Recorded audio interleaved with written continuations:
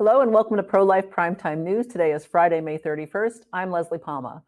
A Massachusetts man's alleged plot to kill his unborn child with abortion drugs was so diabolical that it leads tonight's broadcast. Prosecutors say the 43-year-old provided misoprostol to the former girlfriend who was carrying his child, pretending the pills were iron supplements and vitamins. The baby did not survive. The Democratic National Party is pretending it's COVID lockdown all over again and planning to formally nominate Joe Biden as its presidential nominee in a virtual roll call. I'll have that story and one about how a House super PAC plans to spend $100 million in political news in a nutshell. Melinda French Gates announced this week that she will spend $1 billion to help women kill their children in abortions, while across the ideological spectrum, Tennessee has made it a crime to help a minor obtain or conceal an abortion. I'll report on those stories and more in Abortion in the News. Kansas City Chiefs kicker Harrison Butker finally has broken his silence about pro-life, pro-family, anti-Joe Biden comments he made during a commencement address earlier this month. That story will close the show, and if you're not tuned in, you won't see a video of the longest field goal in NFL history, which Butker did not kick. I'm a Baltimore Ravens fan. Deal with it. A Massachusetts man is facing charges that he gave his pregnant former girlfriend the abortion drug misoprostol without her knowledge, killing their unborn child. Authorities say 43-year-old Robert Kawada of Brookline met a woman on a dating app in January, and the two continued seeing each other until March. After they ended the relationship, the woman discovered she was pregnant and got back in touch with Kawada. He apparently did not suggest an abortion, but under the guise of concern for her well-being and that of their child, he provided her with pills he claimed were vitamins and iron supplements, when in reality he was giving her misoprostol, the second drug in the deadly chemical abortion regimen. At Kawada's arraignment on Tuesday in Middlesex County Court, prosecutor Jacob McCrindle said Kawada went so far as to check the woman's mouth to make sure she had swallowed the pills. She told police she thought it was odd, but Kawada had assured her he knew what he was doing because his ex-wife had been pregnant and his father was an OBGYN. Prosecutors charged that the deadly ruse began when the woman received a call from someone purporting to be a nurse from her medical provider. The nurse said the woman's blood work showed an iron deficiency. Kawada then showed up and happened to have some iron pills with him. When the woman, whose name has not been released, complained of pain, nausea, and vomiting, Kawada allegedly told her he had those same symptoms while taking iron pills. When she attempted to reach the nurse at the phone number from which she had been contacted, she discovered it was a fake number. The woman's baby died on May 2nd after she suffered debilitating symptoms from the misoprostol.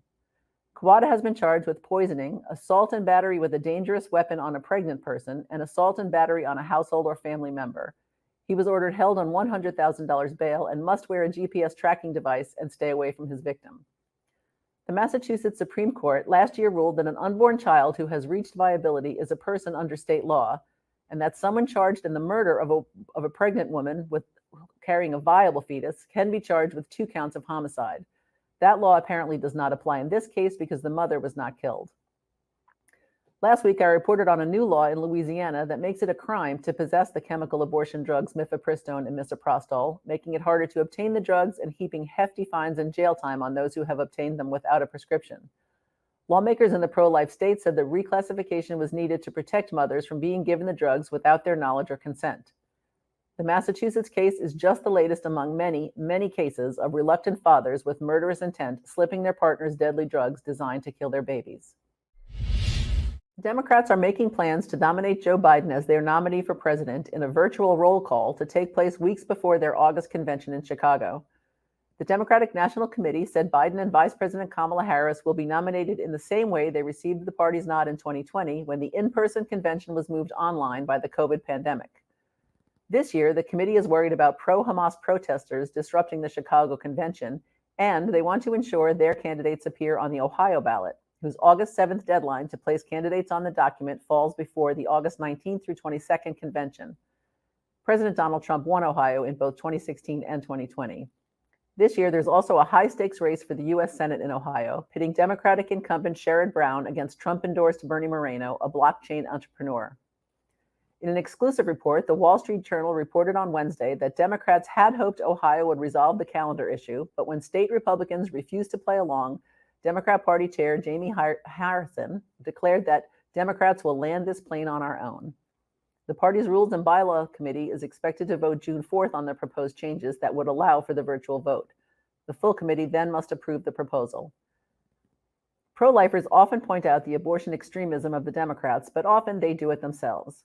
This week, we learned that a Democrat super PAC that supports candidates for the U.S. House will launch a $100 million fund focused on electing candidates devoted to preserving and expanding legal child killing. Money from the Reproductive Freedom Accountability Fund will be spent on advertising and voter mobilization in swing districts. House Majority PAC President Mike Smith said reproductive freedom, which is Democrats speak for abortion, is one of the defining campaign messages of 2024. The race for control of the House is a tight one. Currently, there are 217 Republicans and 213 Democrats. Cook Political Reports rates 22 races as toss-ups, meaning they could go either way. In yet another book, failed presidential candidate Hillary Clinton blames Democrats for the fall of Roe v. Wade and says women were at fault in her 2016 loss to President Donald Trump. In an interview with the New York Times, Clinton said her party, quote, didn't understand the threat to legal abortion posed by the pro-life majority on the U.S. Supreme Court. If she had been in the U.S. Senate at the time, she said she would have worked harder to block Trump's 3 nominees. She also believed that women voters in the end abandoned her because she wasn't, quote, perfect. Clinton also echoed the new Democrat rallying cry that if reelected, Trump will become dictator for life. If we don't make the right decision in this election in our country, we may never have another actual election, Clinton said. Independent presidential candidate Joe Kennedy might just make it to the June 27th debate stage. If he does, he would be the first independent to do so since Ross Perot in 1992. According to Axios, to join Trump and Biden at the CNN-hosted debate, Kennedy has to hit 15% support from voters in 4 national polls, a threshold he has met in 3 polls so far. Kennedy also has to be on the ballot in enough states to make it possible for him to receive 270 electoral votes. So far, he's made it to the ballot in 5 states, has submitted signatures for ballot access in another 7, and has collected enough signatures in an additional 8 states. Popular podcaster Joe Rogan wants Kennedy on the debate stage to ask Biden some tough questions and draw votes away from the elderly incumbent. Here's what Rogan had to say about that. Could you imagine a primary, like a debate between Biden and RFK? Let RFK go. Let him go on TV. Imagine RFK telling the truth about certain issues, RFK explaining how these systems work, RFK saying things where people accuse him. People have accused you of this. What is your answer? Let him say that on national television and people go, oh, wait a minute. What is he saying? What's going on here? And then I like that guy better. And he's a Kennedy. Right. And he's a Democrat, lifelong Democrat. And he's like a reasonable sort of centrist character. Hold on. That's our guy. A Republican primary in Texas didn't go the way Democrats hoped it would. Incumbent U.S. House Representative Tony Gonzalez narrowly defeated gun manufacturer Brandon Herrera, the AK guy on social media, to win the right to defend his seat in November. Democrats were hoping Herrera would win because they thought he would be easier to defeat in the general election.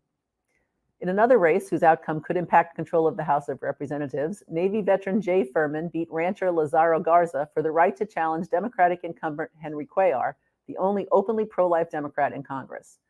The primary for the 28th district was not a high priority for Republicans since Cuellar seemed like a shoo-in, but his indictment earlier this month on charges of bribery, money laundering, and working on behalf of the Azerbaijan government raised the profile of the contest. And that's political news in a nutshell. Billionaire Melinda French Gates will give $1 billion over the next 2 years to groups that support abortion and women's rights. One group that will receive a hefty grant is the Radical Center for Reproductive Rights, an organization that goes to court to battle every law passed in any city or state to protect babies from abortion. For too long, a lack of money has forced organizations fighting for women's rights into a defensive posture while the enemies of progress play offense, French Gates wrote in an opinion piece published Tuesday in the New York Times. I want to help even the match. French Gates founded the Gates Foundation in 2000 with her then husband, Bill Gates, co-founder of Microsoft. Following their divorce in 2021, she remained with the foundation until recently announcing she would resign to begin her own foundation called Pivotal Ventures. Abortion sellers in Indiana, who apparently are going broke thanks to the state's law protecting most babies from abortion, have asked a judge to expand the circumstances when babies can be killed and to allow abortions to take place outside of hospitals. Here's Fox 59 News in Indianapolis with the story. Planned Parenthood, the ACLU, and other groups argue the exemptions in Indiana's abortion law are unconstitutionally narrow, and they're asking a judge to change that. Indiana's new law allows for abortions in rare situations, like when the mother's life or health is at risk, and only at a hospital. Planned Parenthood and the groups who filed this suit are calling for a preliminary injunction to expand medical exemptions and allow for procedures outside hospitals. The complaint states that the restrictions are so narrow that many doctors, in practice, won't perform the procedure even when it should be done. It also argues the restrictions don't factor in complications that could occur later in pregnancy or after birth or psychological reasons.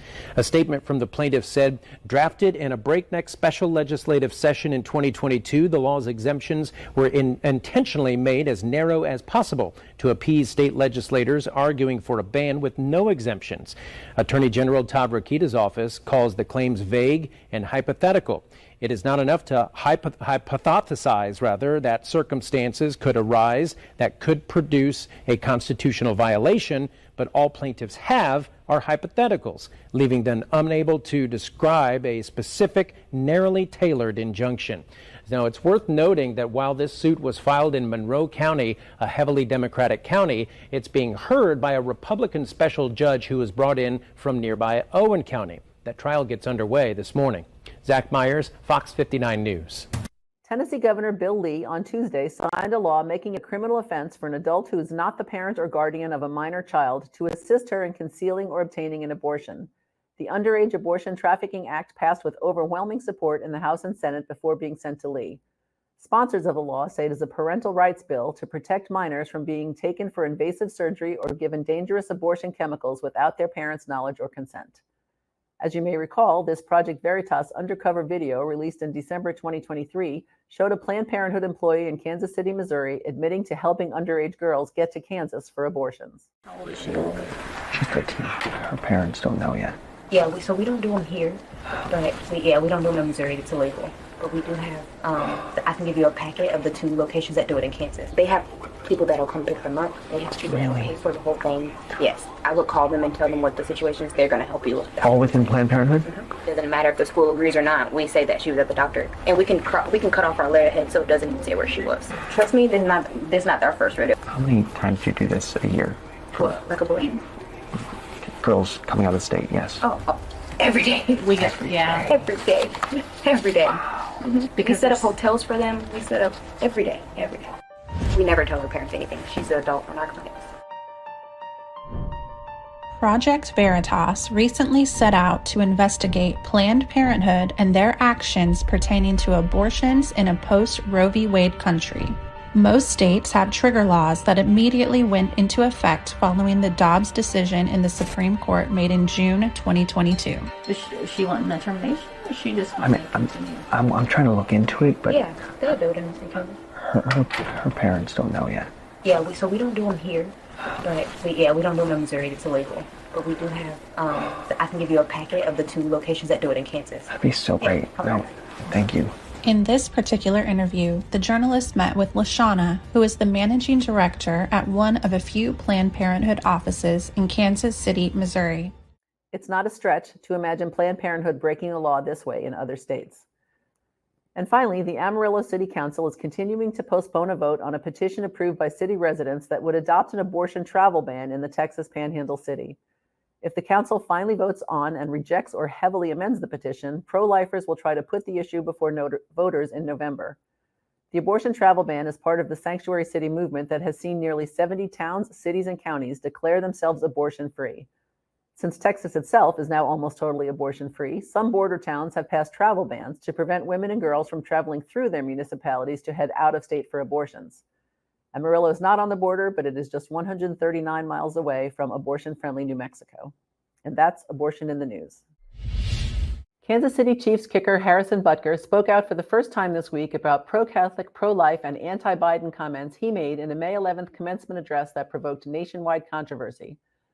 Speaking to graduates of Benedictine College in Atchison, Kansas, the 28-year-old Butker addressed gay pride, birth control, COVID restrictions, dangerous gender ideologies, and Catholic principles. But it was his suggestion to female graduates that they should embrace motherhood and homemaking as careers that brought the most backlash. Frankly, I wasn't crazy about that part of the speech either. Many women in the US, most probably, can't afford to stay home full time, and the comments, perhaps unintentionally, overlooked the contributions of women who don't have husbands and children. But we do have a First Amendment right to free speech in our country, and the rest of his address was pretty groundbreaking stuff. The NFL sent out a quick "he doesn't speak for us" memo, and mainstream and social media blew up with condemnation. But Butker received support for his integrity on the field and off from Chiefs head coach Andy Reid, quarterback Patrick Mahomes, and wide receiver Travis Kelce, who was famously the boyfriend of singer Taylor Swift. Butker himself stayed out of the fray until last Friday when he spoke at a gala for Regina Chaley Academy in Nashville, where he serves on the board. Let's listen in. The theme for tonight's gala, Courage Under Fire, was decided many months ago, but it now feels providential that this would be the theme after what we have all witnessed these past 2 weeks.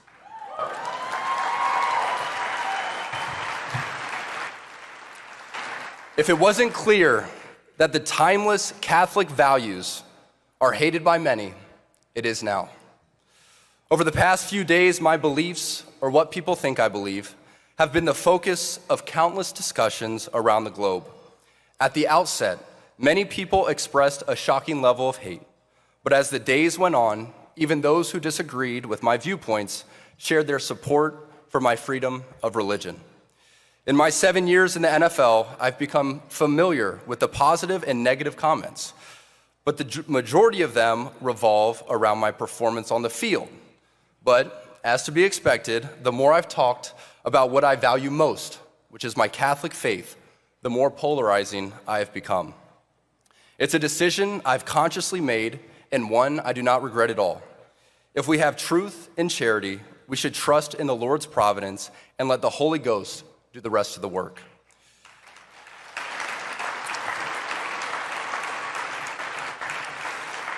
Our love for Jesus, and thus our desire to speak out, should never be outweighed by the longing of our fallen nature to be loved by the world. Glorifying God and not ourselves should always remain our motivation, despite any pushback or even support. I lean on those closest to me for guidance, but I can never forget that it is not people, but Jesus Christ who I am trying to please. Butker holds the record for the longest field goal during a Super Bowl, 57 yards, but he has a long way to go to best Baltimore Ravens kicker Justin Tucker, whose game-winning 66-yard field goal against the Detroit Lions in 2021 remains the longest in NFL history.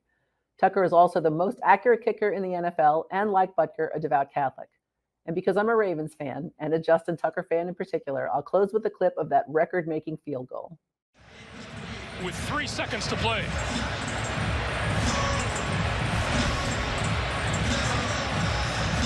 "49 straight field goals."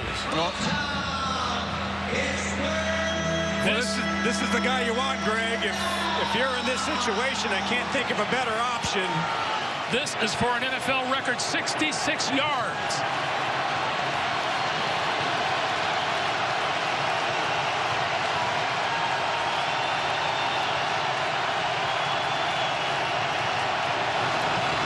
On its way. It bounces off the crossbar, and it's good! Oh, my goodness! Oh, my goodness! Oh, my... Did that just happen, Greg?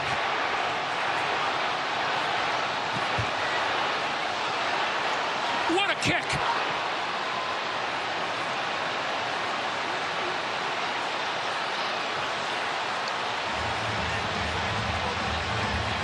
I've never seen anything like it. I'm speechless, but what a kick. It was barely long enough to get the bounce off the crossbar. Thank you so much for joining me on Pro-Life Primetime News, produced at Priests for Life headquarters in Titusville, Florida. If you like this show, please consider making a donation to prolifegift.org. These donations help fund all of our work here at Priests for Life, which enables us to continue educating, equipping, and activating God's people to end abortion. For all your pro-life news updates during the week, please follow us on X at Pro-Life News Show. And please make sure to tune into our other shows like Just Ask Janet and Praying for America. Go to endabortion.tv for the schedule. I'm Leslie Palma. Remember, life is the only choice. This is a special Janet Reacts because after what happened to President Trump, I've got something to say about that. So stay tuned.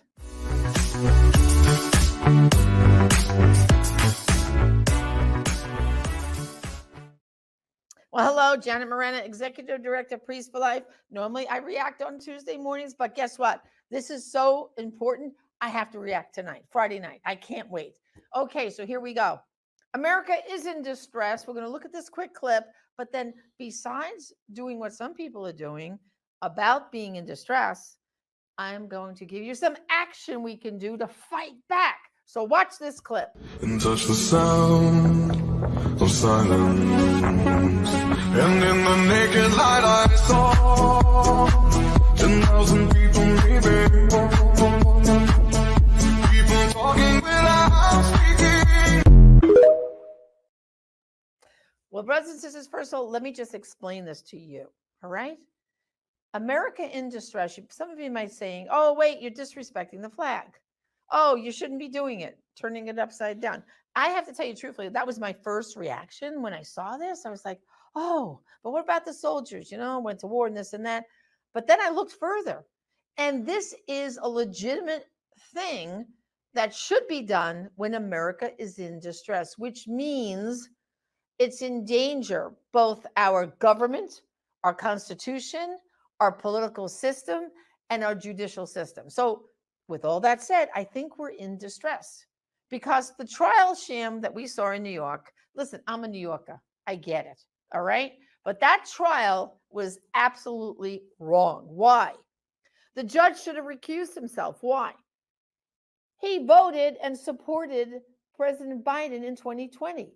Reason number one, you should have recused yourself because you wrote a campaign donation to President Biden's election, in 2020. Reason number one, judge, you should have recused yourself. The other thing is, you had 12 jurors. I guarantee you, if Trump's lawyers checked the voter files, I would bet my last buck that they all 12 are registered Democrats. Because see, in Manhattan, the number of registered Democrats is so high, whereas of the 5 boroughs in New York City, because I used to live in Staten Island is the most conservative borough. So if you brought the change of venue to Staten Island to let that DA come over and sidebar and assist the prosecution with the Staten Island DA, you would have a better shakeup of getting some Democrats and some Republicans. I would be in favor. I would want 6 Democrats and 6 Republicans because that to me would be a fair trial. I don't know if you're allowed to ask that question. You can't ask them who they voted for, but I don't see why you can't ask party affiliation. Are you an independent? Are you a Democrat or Republican? Because let's think about this for a minute. If you're a Democrat, who are you going to side with as you're listening to the arguments? Also, too, the judge was very uneven-handed. Every time the prosecution had an objection, he agreed with the prosecution. Every time the defense had an objection, he declined it and agreed with the prosecution. So that's too heavy-handed in one direction. Any reasonable trial, I've sat through trials, okay? I've watched what goes on. And guess what? It's usually like a halfy kind of thing. Some things get accepted, some things don't, but not where it's all one-sided. So with that aside, America is in distress because we see the DOJ is targeting Republicans, targeting pro-lifers, targeting Catholics and Christians. It's so obvious. We have so much to talk about that, but we'll put that to the side. Right now, you're all upset and you're angry. Remember that movie Network? You lifted up the window. I'm on as hell and I'm not going to take it anymore. Well, guess what? That's how you're feeling now. So you could reverse your flag if you feel God's calling you to do that. If you agree we're in distress, I'm not calling to do it or not doing it. That's a personal opinion. But what I am calling for is action. See, I'm a woman of action. I don't like what's going on. I want action. So here's the action. You ready? Check yourvoterregistration.com. That's the webpage I want you to go to. Check yourvoterregistration.com. And this will take you then to a government site, perfectly legal. You'll put in your address and make sure your voter registration is up to date and accurate. Okay? And if it is, wonderful. If it's not, it will then show you how to fix it. Anything that you maybe you moved and you didn't realize you moved out of the district, whatever. Homework assignment number 1, check your voterregistration.com. Then homework assignment number 2, every family and friend that is like-minded, because we all have some pro-abortion, Democrats in our families here and there, smattered around, some friends, go after the low-hanging fruit, people who already agree with you. Now make sure they're properly registered. Check your voterregistration.com. Help them do it. You got an iPad? Run around to your different meetings and just you belong to the American Legion. You belong to the Knights of Columbus. Don't assume these people are all properly registered. They're not. Trust me. I gave this out as an assignment recently to our election volunteers, and guess what? One guy wrote back, Janet, what a great idea. I checked with 10 family friends and stuff. 8 out of 10 had a problem with their voter registration, and some weren't even registered. And now they're going to vote. That's how we get even, brothers and sisters. So we have from now till the early fall. Every state is different. You can check on prolifevote.com. That's where we will have all the dates for when voter registration closes. And we will also have the dates for early voting in your state. Now, if your state has early voting, guess what, brothers and sisters? We're going to take a page out of the Democrat book, and we're going to vote early. So whatever that date is in your state, that's election day. And once you vote, you're going to get as many of your like-minded friends and family, get them to early vote, early vote. That's what the Democrats do. Democrats go into election day way ahead of Republicans. Why? They get everyone to go in and vote early. That's what we're going to do, taking a page out of their book. Because guess what? On election day, you don't know what's going to happen. No. What if you're sick? What if your kids are sick? What if your car breaks down? Oh, what if it's bad weather where you live? In November, some parts of our country can have snowstorms. Please, brothers and sisters, we lost a seat recently in New York a few months ago. I think it was January or February. It was a congressional seat that was suddenly had to be voted on. And guess what? We lost this Republican seat because it snowed in Long Island. And people did not get out to vote on that election day. Had they early voted like the Democrats did, we could have kept that Republican seat, but we lost it. So early voting is going to be key. But right now, laser focused, registering to vote. And we have great election materials. We got a great thing that compares the Republican and Democratic Party. We have a prayer card. We have action stuff. Go to our online store, prolifeproducts.org, and get our election materials. Get them today. We'll ship them to you. And let's just go, team, go. Take righteous anger and turn it 2 ways: action and prayer. There's an old Latin phrase, ora et labora. That's it. Pray first, then work. Ora et labora. That's what we're going to do. Whether you turn your flag upside down because we are in distress, that's a personal opinion. You can do what you want, but I want you to act. Take that upsetment into action. Until next time, Janet Morana, Executive Director. God bless.